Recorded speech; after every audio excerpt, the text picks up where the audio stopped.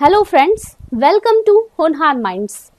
जैसा कि आप लोगों को पता है कि यहाँ पे अभी हम लोग क्या पढ़ रहे हैं, एनटीपीसी के लिए तैयारी कर रहे हैं खासकर। और वैसे भी आप लोगों को ये वीडियो जो है सभी प्रतियोगिता परीक्षा के लिए ही जरूरी है, ठीक है। तो अभी हम लोग जीके, मैथ्स और न्यूमेरिकल्स का आप लोग देख रहे होंगे, वीडियो अपलोड किया जा रहा है, ठीक है। तो आज जो है मैं आप लोगों को जो पिछले वीडियो में पढ़ाया मैंने प्रकाश का चैप्टर, ठीक है, तो उसी टॉपिक को आगे कंटिन्यू करने वाली हूँ। तो आप लोग देखिए, बने रहिए हमारे साथ, अंतिम तक देखिए, बहुत ही इंपॉर्टेंट आप लोगों को यहाँ से मिलेगा एग्जाम के लिए। आगे आते हैं और कुछ यहाँ पे टॉपिक है प्रकाश से रिलेटेड कि वास्तविक प्रतिबिंब किसे कहते हैं, ठीक है। तो वास्तविक प्रतिबिंब किसे कहेंगे, तो जब दो परावर्तित किरण जो है, जब ये आपको अभी मैं आगे बताऊंगी कि जब दो परावर्तित किरण कहीं पर आकर मिलती है, ठीक है, इस तरह से जो परावर्तित होता है ये जहां पे आके मिलता है तो उसको कहते हैं वास्तविक प्रतिबिंब, ठीक है। और इसको जो है हम लोग पर्दा पे उतार सकते हैं, पर्दा पर उतारा जा सकता है, ये भी क्वेश्चन पूछा जाता है, उतारा जा सकता है किसे, वास्तविक प्रतिबिंब को, ठीक है। और जो आभासी प्रतिबिंब है ये आप देखिएगा, इसमें आपको क्या दिखाई देगा, तो आभासी प्रतिबिंब में क्या होता है ना कि ये सिर्फ आभास होता है, ये ऐसे यहाँ से मुड़ता है और जैसे कि मान लीजिए ये आया रे इधर से मुड़ा, लेकिन इसको हम लोग ये आभास में इसको मान लेते हैं कि ये इस पॉइंट पे मिल रहा है, तो इसी को कहा जाता है आभासी प्रतिबिंब। की जब दो रे जो है, दो किरण आती हैं और उसको बस मान लिया जाता है कि वो किसी बिंदु पर मिल रही होंगी, तो उसे आभासी प्रतिबिंब कहते हैं। तो इसीलिए जबकि ये आभासी होता है, इसीलिए इसको पर्दे पे नहीं उतारा जा सकता है, ठीक है। ये दोनों बात आप याद रखेंगे, पर्दे पर नहीं उतारा जा सकता है। चलिए आगे है संसृत किरणें कहते हैं इसे, ठीक है, संसृत किरणें किसे कहते हैं, संसृत किरणें, इसका इंग्लिश नाम ज्यादा यूज होता है तो इसको आप ज्यादा याद रखेंगे, कन्वर्जेंट रे, है ना, कन्वर्जेंट रे क्या होता है ये, तो कन्वर्जेंट रे किसे कहते हैं कि जब एक बिंदु पर सारे प्रकाश किरणें आकर मिलती हैं, जैसे मान लीजिए ये पॉइंट है और सारे प्रकाश किरण यहाँ पर आके मिल रही हैं, लग रहा है कि सारा प्रकाश किरण एक ही बिंदु पर जमा हो रहा है, तो इसे ही कहते हैं संतृत किरण, कन्वर्जेंट रे। उसी तरह है असंतृत किरण, ठीक है, असंसृत किरण, ये क्या होता है, तो इसे कहते हैं डाइवर्जेंट रे। क्या कहते हैं इसे, डाइवर्जेंट रे। और इसमें क्या होता है, इसमें आपको दिखेगा कि सारा प्रकाश पुंज जो है या प्रकाश की किरण जो है एक बिंदु से सभी दिशाओं में फैलता हुआ प्रतीत होता है, तो इसी को कहते हैं डाइवर्जेंट रे, ठीक है। तो ये सब जो आपको ये बिंदु जो पढ़ रहे हैं आप, ये टॉपिक, ये सब आगे अभी काम आएगा, इसीलिए पहले बता दे रही हूँ, ठीक है। तो अभी हम लोग पढ़ेंगे गोलीय दर्पण से बना प्रतिबिंब। तो सबसे पहले गोलीय दर्पण क्या होता है, तो ये आप समझिए एक, जैसे ये गोल है ना, एक खोखला गोला है, इसे जब हम लोग दो भाग में डिवाइड कर देंगे तो वो कैसा दिखेगा, एक इस तरह से, ठीक है, और एक इस तरह से, ऐसा ही बनेगा। तो ये गोलीय दर्पण जो होता है वो दो प्रकार के होते हैं, ठीक है। कौन कौन सा होता है, तो एक उत्तल दर्पण और दूसरा अवतल दर्पण। तो क्या है, कैसा होता है उत्तल दर्पण और कैसा होता है अवतल दर्पण, तो देखते हैं, ठीक है। तो उत्तल दर्पण जो होता है उसका अंदर वाला सतह जो होता है वो पॉलिश किया होता है और उसका बाहरी सतह जो होता है यही होता है परावर्तक सतह, तो यही है उत्तल दर्पण। इसको कॉन्वेक्स मिरर भी कहते हैं, कन्वेक्स मिरर। और अभी आपको जो मैंने रे पढ़ाया उसी रे से इसका नाम पड़ा है डाइवर्जेंट रे, सॉरी डाइवर्जेंट मिरर, ठीक है, डाइवर्जेंट रे आपने पढ़ा ना, उसी से इसका नाम है डाइवर्जेंट मिरर। मतलब ये क्या करता है, सभी प्रकाश को फैला देता है, ठीक है, इसीलिए इसका नाम पड़ा है डाइवर्जेंट रे। तो ये उत्तल दर्पण कैसा होता है, इसका अंदर का सतह पॉलिश किया होता है और बाहर का सतह जो होता है वो चमकदार बनाया जाता है जिससे वो प्रकाश को रिफ्लेक्ट कर सके। आते हैं अवतल दर्पण में। तो अवतल दर्पण कैसा होता है, तो इसका जो होता है ना बाहरी सतह, इसको इस तरह से कलर कर दिया जाता है, ठीक है, और ये जो अंदर वाला सतह है ये चिकना होता है जिससे प्रकाश का ये परावर्तन कर सके, ठीक है। तो अवतल दर्पण को क्या कहते हैं, कनकेव मिरर, कनकेव मिरर, या फिर क्या कहेंगे इसको, कन्वर्जेंट मिरर। ओके, चलिए आगे बढ़ते हैं। तो अब जो ये मिरर पढ़ेंगे हम लोग, तो इस मिरर में कुछ कुछ पॉइंट्स होते हैं जो जानना बहुत ही इंपॉर्टेंट है, तो उसी पॉइंट्स के बारे में पढ़ेंगे। तो सबसे पहले क्या है, ध्रुव। तो आपको एक डायग्राम बनाती हूँ, उससे मैं आपको सारा समझा दूंगी, ठीक है। देखिए, ये मान लीजिए कोई मिरर है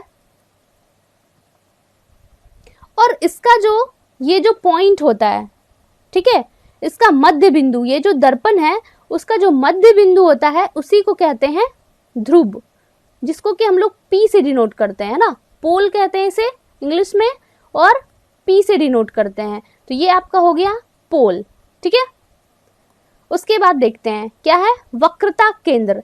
तो आपको पता होगा ये दर्पण, आपको अभी मैंने बताया कि ये एक सर्कल से बना होता है ना, मिलके एक सर्कल से मिलके बना होता है इस तरह से। तो सर्कल में सेंटर तो होता है ना, तो वही सेंटर जो हुआ इसका वक्रता केंद्र हो गया, जिसको हम लोग C से डिनोट करते हैं, ठीक है। ये आप लोग याद रखेंगे, वक्रता केंद्र को C से डिनोट करते हैं, इसको कहते हैं सेंटर ऑफ कर्वेचर, ठीक है, सेंटर ऑफ कर्वेचर।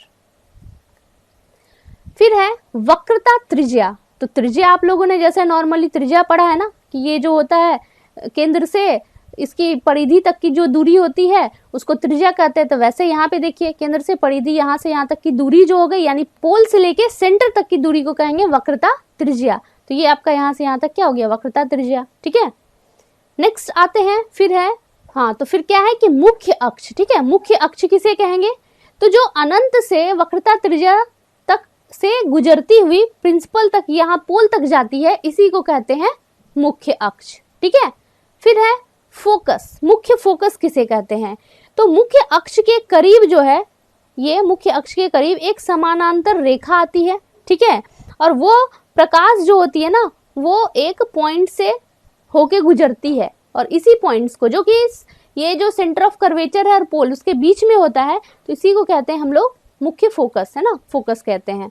और उसके बाद है फोकस दूरी। तो फोकस दूरी किसे कहेंगे, ये जो F है और ये जो P है, तो F से लेके P तक के डिस्टेंस को कहेंगे फोकस डिस्टेंस, ठीक है, इसको कहेंगे फोकल लेंथ कहते हैं, फोकल लेंथ, ठीक है। आगे बढ़ते हैं। अब आप लोग ये सब टर्म समझ गए कि क्या था, P क्या है, C क्या है, F क्या है, ठीक है।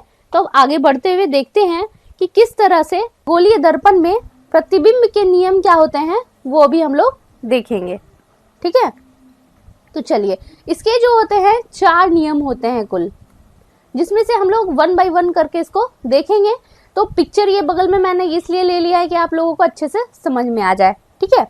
तो देखिए, पहला नियम कहता है कि कोई अगर समानांतर किरण, ये जो आपका ये मुख्य अक्ष है, इसके समानांतर अगर आती है तो वो हमेशा फोकस से ही होके जाएगी। ये आप लोग देख रहे होंगे, ये इस तरह से फोकस से ही गुजरती है, ठीक है।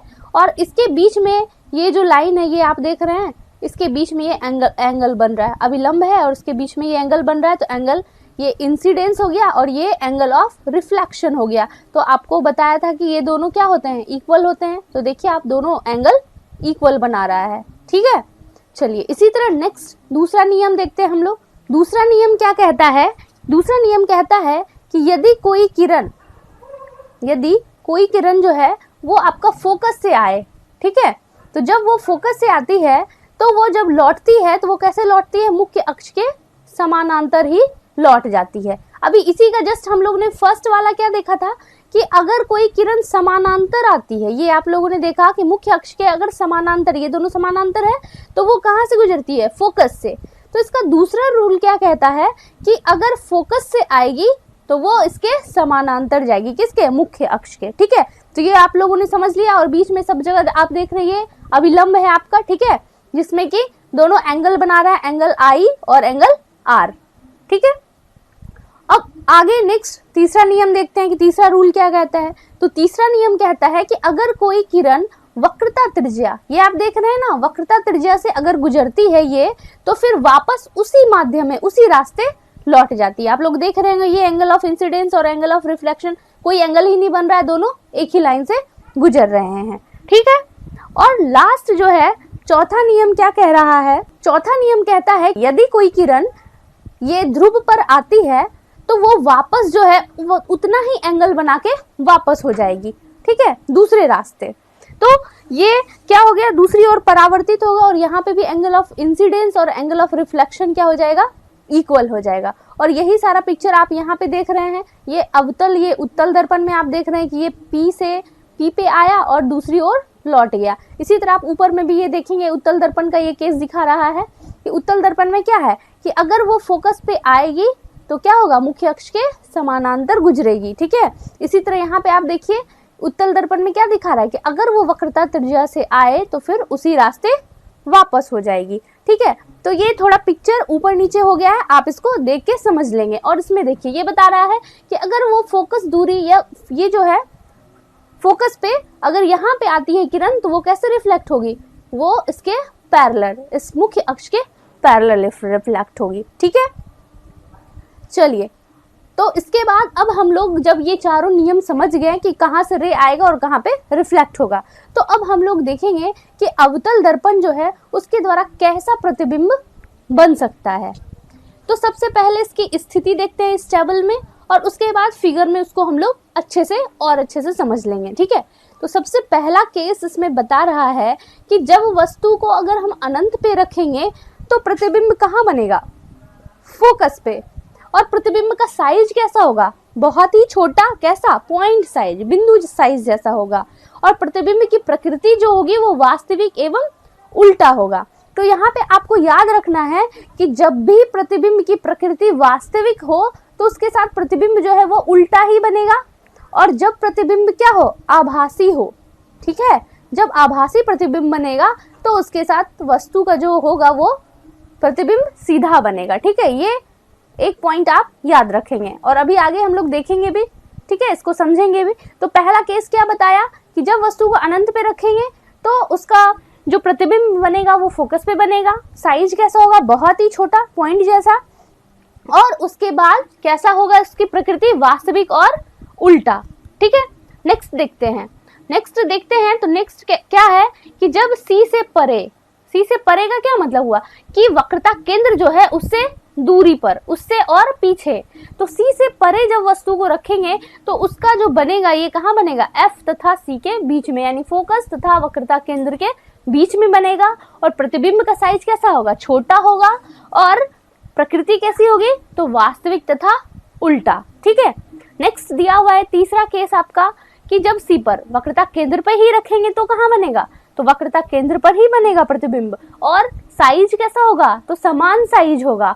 कैसा होगा प्रकृति, तो वास्तविक और उल्टा। भी हम लोग देख रहे हैं कि तीनों स्थिति में जो है प्रतिबिंब की प्रकृति कैसा है, वास्तविक और उल्टा। उसके बाद नेक्स्ट है कि जब वक्रता केंद्र और फोकस के बीच में वस्तु को रखा जाए तो प्रतिबिंब कहाँ बननी चाहिए, तो ये बनेगा वक्रता केंद्र से परे, मतलब वक्रता केंद्र के बाहर। और कैसा बनेगा, विधिवत बड़ा, मतलब आवर्धित कह सकते हैं इसको, बहुत ज्यादा, मतलब वस्तु जितना है उससे बहुत ज्यादा बड़ा। और उसकी स्थिति जो होगी, प्रकृति जो होगी वो वास्तविक तथा उल्टा, यही होगा। और फिर उसके बाद नेक्स्ट जो केस है उसमें बोर्ड है कि अगर फोकस पे रखेंगे तो कहाँ बनेगा, तो फोकस पे रखेंगे तो वो अनंत पे बनेगा। कैसा बनेगा, अत्यधिक आवर्धित, है ना, मतलब बहुत ज्यादा बड़ा। और इसकी भी प्रकृति वही, वास्तविक तथा उल्टा। लेकिन यहाँ पे आप देखेंगे कि जब हम इसको पोल और फोकस के बीच में रखते हैं, है ना, ये थोड़ा अलग केस है। आप देखेंगे यहाँ पे तो प्रतिबिंब कहाँ बन रहा है, दर्पण के पीछे। अभी तक हम लोग देख रहे थे कि सारा दर्पण के सामने पिक्चर बन रहा था, लेकिन इसमें क्या बोल रहा है, दर्पण के पीछे बनेगा प्रतिबिंब। कैसा होगा, ये भी बड़ा ही बनेगा। लेकिन ये इंपॉर्टेंट है कि कैसा प्रकृति होगा, आभासी और सीधा होगा। मीन्स अवतल दर्पण में आप लोग देख रहे हैं कि एक ऐसा केस है जिससे बार बार एग्जाम में क्वेश्चन पूछे जाते हैं, क्योंकि बाकी सब में देखिए प्रकृति तो यही होता है सेम, वास्तविक एवं उल्टा, सब जगह आप देख रहे हैं। लेकिन जब पोल तथा फोकस के बीच में वस्तु होती है तो वो कहाँ, तो वो कैसा होता है, एक तो दर्पण के पीछे बनता है, बड़ा बनता है, और कैसा बनता है, आभासी तथा सीधा। तो ये जो है आप देख रहे हैं कि ये सबसे डिफरेंट है, तो इसलिए एग्जाम में इसके बार बार पूछे जाने की संभावना और पूछी भी जाती है, ठीक है। तो इसी को अब हम लोग पिक्चर के माध्यम से समझते हैं, फिगर से। तो सबसे पहला केस आप लोगों ने क्या देखा कि अनंत पर। तो देखिए ये वस्तु जो है इसको अनंत पर रखा गया है, ठीक है। ये वस्तु आप देख रहे हैं ना, ये अनंत पर है। और अब इससे एक ये रे जा रही है ना, ये रे आप देख रहे हैं। तो ये जो रे जा रही है वो कहाँ जा रही है, इस दर्पण पे और वहां से टकरा के वापस मुड़ रही है फोकस से, और फिर यहाँ से ऐसे ही रह जा रही है और ये फोकस पे मुड़ रही है। तो यहाँ पे जो है बन रहा है पिक्चर, यहाँ पे जो है प्रतिबिंब बन रहा है। तो आप लोगों ने पढ़ा कि अगर वस्तु कहाँ होगा, अनंत पे होगा, तो वो बनता है फोकस पे। कैसा बनता है? बहुत ही छोटा। ये देखिए कैसा बनता है, बहुत ही छोटा बिंदु जैसा। तो आपको यहाँ पे दिख रहा है क्या? सिर्फ बिंदु ही तो बना हुआ है ना? इसका मतलब क्या हुआ? बहुत ही छोटा बनेगा। दूसरा पिक्चर देखते हैं। यहाँ पे क्या बोला था दूसरा केस में कि सी से परे, वक्रता केंद्र से मतलब दूर, तो दूर है ना ये, या फिर इसको ये भी कह सकते हैं ना कि वक्रता केंद्र और अनंत के बीच में, ठीक है। तो जब यहाँ पे वस्तु रहती है तो उसका प्रतिबिंब जो है वो कहाँ बनता है? वक्रता केंद्र और फोकस के बीच में, मतलब यहाँ पे बन रहा है। और देखिए कैसा बन रहा है, वस्तु से इसका साइज छोटा है और कैसा है, वास्तविक है और उल्टा भी है, ठीक है। नेक्स्ट पिक्चर देखते हैं। इसमें जो है वस्तु को रखा गया है कहाँ? वक्रता केंद्र पर। तो इस पे आपको मैंने अभी क्या बताया था कि अगर वक्रता केंद्र पे हो तो उसका जो प्रतिबिंब होता है वो भी वक्रता केंद्र पे ही बनता है, और साइज जो होते हैं दोनों के समान साइज। देखिए ए से बी जितना दूरी है उतना ये बी डैश से ए डैश है, ठीक है। और कैसा होता है? ये भी वास्तविक होता है लेकिन उल्टा होता है, ठीक है। और नेक्स्ट में क्या है कि जब हम लोग वस्तु को कहाँ रखेंगे? वक्रता केंद्र और फोकस के बीच में। तो जब वक्रता केंद्र और फोकस के बीच में वस्तु को रखते हैं तो उसका प्रतिबिंब देखिए कहाँ बन रहा है? सी से परे, मतलब वक्रता केंद्र और अनंत के बीच में बन रहा है, ठीक है। और ये कैसा है? तो ये वस्तु से बड़ा है। अभी पढ़ रहे थे हम लोग कि वो आवर्धित होता है। कैसा होता है? वास्तविक और उल्टा। तो आप देख रहे हैं कि उल्टा है, वास्तविक है, ठीक है। फिर नेक्स्ट जो है, नेक्स्ट में क्या बता रहा है कि अगर हम लोग अब फोकस पे रख दिए, देखिए आप एक चीज गौर कर रहे होंगे ना, यहाँ से हम लोगों ने स्टार्ट किया था वस्तु को रखना, अनंत पे रखा, फिर अनंत और वक्रता केंद्र के बीच में, फिर वक्रता केंद्र पर, है ना, फिर इन दोनों के बीच में अब हम लोगों ने कहाँ रखा? फोकस पे। तो मतलब धीरे धीरे करके इसको क्लोज लाते जा रहे हैं हम लोग, है ना। तो क्या है कि जब हम लोग इसको फोकस पे रखेंगे तो उसका जो प्रतिबिंब बनेगा वो कहाँ होगा? अनंत पे बनेगा। देखिए यहाँ पे कहीं आपको दिख रहा है क्या? नहीं, वस्तु का प्रतिबिंब नहीं दिख रहा है, तो ये कहाँ बनेगा? अनंत पर। और इसका लास्ट जो हम लोग पढ़े थे, तो लास्ट केस क्या है? इसमें हम लोगों ने पढ़ा कि जब हम लोग वस्तु को कहाँ रखते हैं? वस्तु को जब हम लोग रखेंगे कहाँ? पोल और फोकस के बीच में। तो जब इस दोनों के बीच में रखते हैं तो वस्तु जो है वो कहाँ बनता है? दर्पण के पीछे। ये हम लोगों ने पढ़ा कि ये दर्पण के पीछे बनता है। और देखिए जिस साइड ये है उसी साइड, यानी कि सीधा बन रहा है।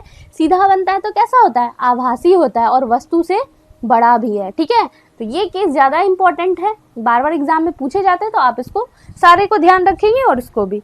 उसके बाद हम लोग देखते हैं कि अवतल दर्पण के क्या क्या उपयोग होते हैं, ठीक है। तो आप लोगों ने पढ़ा होगा, बहुत बार देखा भी होगा अवतल दर्पण के उपयोग क्या है। तो सर्च लाइट आप लोगों ने देखा होगा। तो सर्च लाइट जो होता है उसमें जो है जो दर्पण का प्रयोग किया जाता है वो कैसा होता है?